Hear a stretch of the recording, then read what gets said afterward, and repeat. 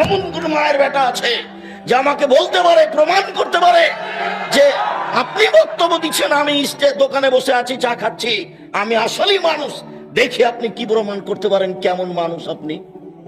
আপনাকে যদি আমি গরু ছাগল প্রমাণ না করতে পারি জাতির সামনে, আজকে রংপুর থেকে চিরদিনের জন্য বক্তব্য দিয়ে চলে গেলাম, আর কোনোদিন আসবো না। কি দেখাতে চান আপনি? আপনি তো সেই মানুষ, মাস্টার ডিগ্রি পাস মানুষ, হাই স্কুলে মাস্টারি করেন, ডান দিকে বসে আছেন আপনি, আপনার স্ত্রী মাস্টার ডিগ্রি পাস মানুষ, বাম দিকে বসে আছে, মধ্যে ছেলেটা বসে আছে, দুই কানে ইয়ারফোন লাগা আছে, ইন্টার গান চলছে। আপনাকে যদি আমি কুকুর শ্রীগাল প্রমাণ না করতে পারি, বক্তব্য দিব না। আপনি তো সেই মানুষ, আপনার ছেলেটার প্যান্টটা এখনো নিচে আছে। আপনারা দুইজন শিক্ষিত মানুষ, এই কথা কে বলেছে? আমি তো বলিনি কোনোদিন। বা ছেলেটার প্যান্টটা এখনো নিচে রাখলো, চলে গেল, আর আপনি শিক্ষিত মানুষ বলে? অসম্ভব, এটা হতে পারে না। মুহাম্মদ সাল্লাল্লাহু আলাইহি ওয়াসাল্লাম বলেছেন, ফাআল্লামাহা ফাআল্লামা তালিমাহা ফাহসানা তালিমাহা ওয়াদাবাহা ফাহসানা তাদিবাহা।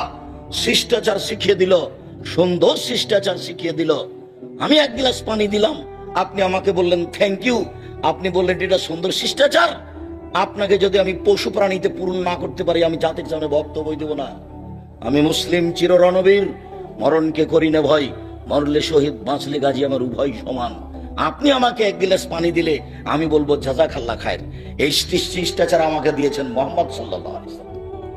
এই শিষ্টাচার আমাকে কে দিয়েছে? মুহাম্মদ সাল্লাল্লাহু আলাইহি ওয়াসাল্লাম। আর থ্যাংক ইউ দিয়েছে আপনাকে সাদা চামড়া, ইহুদি না হয় খ্রিস্টান। ওকে অনুসরণ করি না, আপনি করেন, আপনি যান, সেটা আপনার ব্যাপার।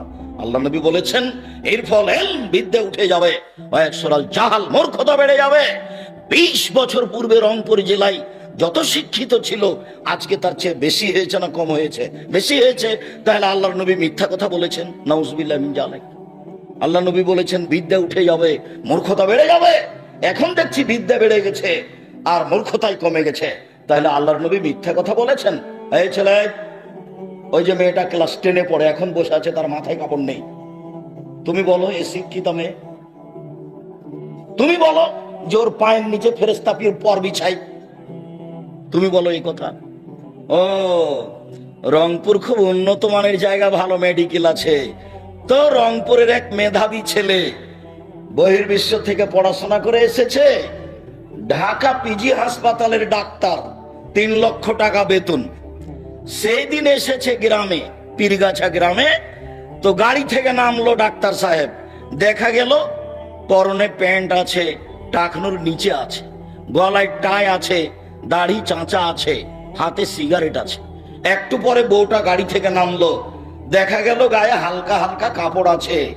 নাতনি গাড়ি থেকে নামলো, পরনে কাপড়ই নেই। দেখা গেল গাড়ির পিছন দিকে কুকুর আছে। এবার বলো তুমি, ওর বাপের টাকাই লস। এ তো গেছে, ওর বাপ মরলেই জাহান্নামে যাবে, মরেনি সেই জন্য যায়নি, এর টাকার জবাব দিতে হবে। আবার তুমি ডাক্তারকে পরীক্ষা করে দেখো, 3 লক্ষ টাকা বেতন পাওয়ার পরেও একটা সাধারণ মানুষ গেছে, ওর প্রেসক্রিপশন লিখে দিয়েছে, ও জানে যে কোন কোম্পানির ওষুধ ভালো, এটা জানার পরেও যে কোম্পানি টাকা তাকে দিয়ে রেখেছে, ওর ওই কোম্পানির ওষুধ লিখেছে। তাহলে ওর চেয়ে বদ মানুষ, ওর চেয়ে নিম্ন শ্রেণীর মানুষ, ওর চেয়ে ইতর শ্রেণীর মানুষ, ওর চেয়ে বড় প্রতারক কে হতে পারে? কেন ওর বাপের পিছনে টাকা খরচ করলো এত? তারপরে যত সহযোগ হয়েছে সব বেটি ছেলে, সব মহিলা মানুষ। ভিতরে আছে একটা, বাহিরে আছে একটা, আরো আছে, সব মহিলা। আপনার বিরক্তি আগার আসার আগে আমি বক্তব্য শেষ করব। কাজে আপনি কথা বলবেন না, উঠে গিয়ে পরিবেশ নষ্ট করবেন না। উপস্থিত বৈঠকের মুসলিম বোন, আপনাকে বলছি, আপনার একটু লজ্জা থাকা দরকার। ঢং ঢং করে গল্প করতে করতে আসলেন, আবার ঢং ঢং করে গল্প করতে করতে চলে যাচ্ছেন। এইটাই কি চরিত্র? এইটাই কি লজ্জা? স্বামী নাই নাকি? স্বামীহীন আছেন আপনি? বাপ নাই নাকি? জন্ম দিতে পারে তোমার বাপ, পরিবার কন্ট্রোল করতে পারে না? তোমার বাপকে তো বিবাহ করতে আল্লাহর রাসূল নিষেধ করেছে। তোমার মতো আগাছাকে জন্ম দিবে তোমার বাপ, এটা তো আল্লাহর রাসূল নাকচ করেছেন। তুমি কোনো মাথায় কাপড় না দিয়ে এখানে এলে, ঢং ঢং করে এলে, ঢং ঢং করে চলে গেলে কেন? এর জন্য তোমার বাপ দায়ী। মান ওয়ালাদাহু ওয়ালাদুন ফালিহুসিন ইসমাহু আদাবাহু। কারো যদি ছেলে মেয়ে জন্ম নেই, তাহলে বাপ তার একটা সুন্দর নাম রাখবে। তো তোমার বাপ তোমার নাম রেখেছে রত্না, বলো এটা তোমার বাপ? এটা তোমার বাপ নয়, এটা তোমার চাচা। এটা তোমার বাপ নয়, এটা তোমার সৎ বাপ। তোমার বাপ কেমনে দাবি করে যে আমি বাপ? এটা আমি দেখিয়ে ছাড়বো তোমার বাপকে। তোমার বাপকে প্রমাণ করে দিতে হবে রত্না সুন্দর নাম। আল্লাহ নবী বলেছেন তোমরা গুণবাচক নাম রাখো, আব্দুল্লাহ, আব্দুর রহমান, আব্দুর রহিম, আব্দুল সাত্তার, আব্দুল জব্বার, আব্দুল খালেক, আব্দুর রাজ্জাক, আব্দুল হামিদ, এগুলোর নাম রাখো।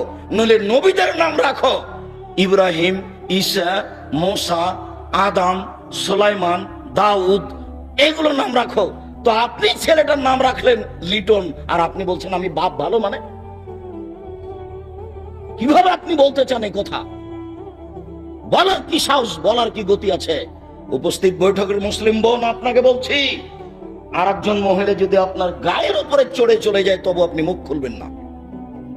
মুখ বন্ধ, মুখ বন্ধ করে চুপচাপ বসে থাকেন। আর একজন যদি আপনার গায়ের উপর দিয়ে চড়ে চলে যায় আপনি মুখ খুলবেন না, ওকে যেতে দেন। আমি আব্দুর রাজ্জাক বিন ইউসুফ, দিনকে ভালোবাসেন সেজন্য এসেছেন। আমি আপনাকে দিনী বোন হিসেবে ভালোবাসি। আপনার উপরে আমার আন্তরিকতার অভাব নেই। আপনাকে আমি তুচ্ছ বলে কিছু করতে চাইনি, বলতে চাইনি। আপনাকে আমি আয়েশার মতো মনে করি, এ কথাই ঠিক। আপনাকে আমি খাদিজার মতো মনে করি, এ কথাই ঠিক। তা আপনাকে আমি একটু দেখাই না আয়েশা কি জিনিস। এক মিনিট, এই ছেলে, এইদিকে চেয়ে থাকবা, কারো গায়ের উপরে হাত দিয়ে থাকবা না, নাহলে আমার কথা শুনতে বেকিয়াল হয়ে যাবে।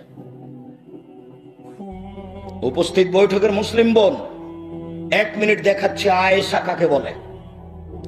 আয়েশা রাদিয়াল্লাহু তাআলা আনহা বলেন, আমার ঘরে হলো আমার স্বামীর কবর। আমি কবরের পাশে এমনিতেই যাই, মাথায় কাপড় দিই না। কেন? এটা আমার স্বামীর কবর। কয়দিন পরে আমার